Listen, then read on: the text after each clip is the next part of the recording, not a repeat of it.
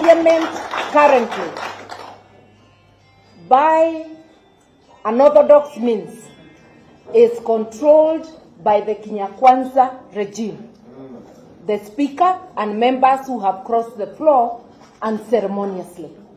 Why would we go into the territory of the person we have disputes with? So we are talking of a process in neutral grounds. Parliamentarians negotiating neutral grounds, and behind them will be the two sides. The Azimio side and the Kwanza side. So let's not try to hide behind Parliament, where the Speaker can come and tell you that if you have a dispute, he will now chair and determine which side has won. We have seen the Speaker being unable to make simple rulings, including when the party wants to de-whip. Is that the environment to negotiate? That's all that we mean. So anybody talking of nusu mukate, on a lighter note, you must tell them, in Azimio we eat whole loaves. And that is why we are saying, open the saba. Ukifungua saba, itaonyesha mkate ni ya nani. Mwenyewe akule peke yake. Kama ni yako kula, lakini tukikuta ni yetu, afadhali tunachukua mkate yetu. Now, why again are we talking about the server?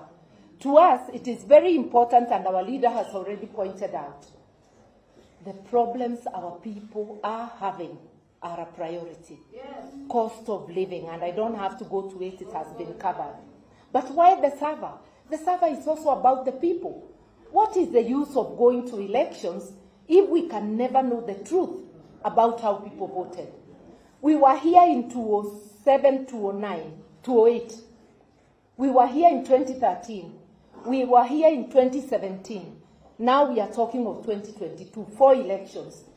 Why do we never get to the bottom of the matter? Because we sweep the dirt under the carpet.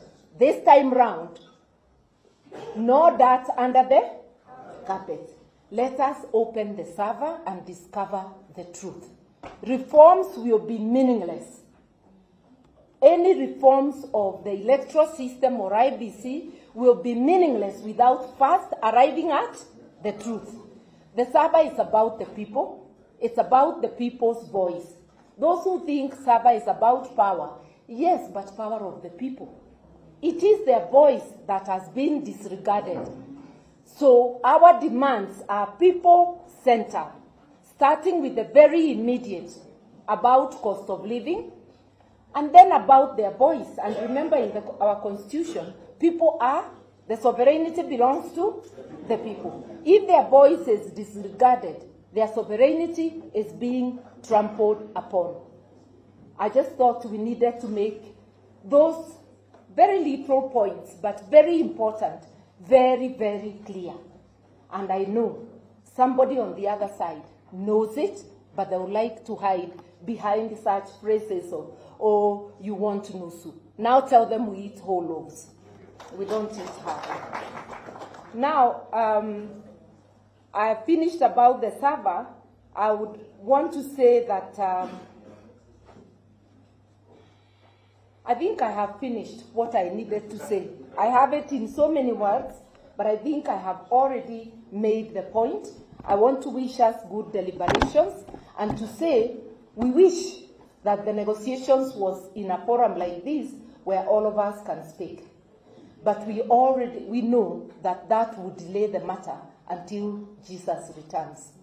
That is why we must have just a few delegates.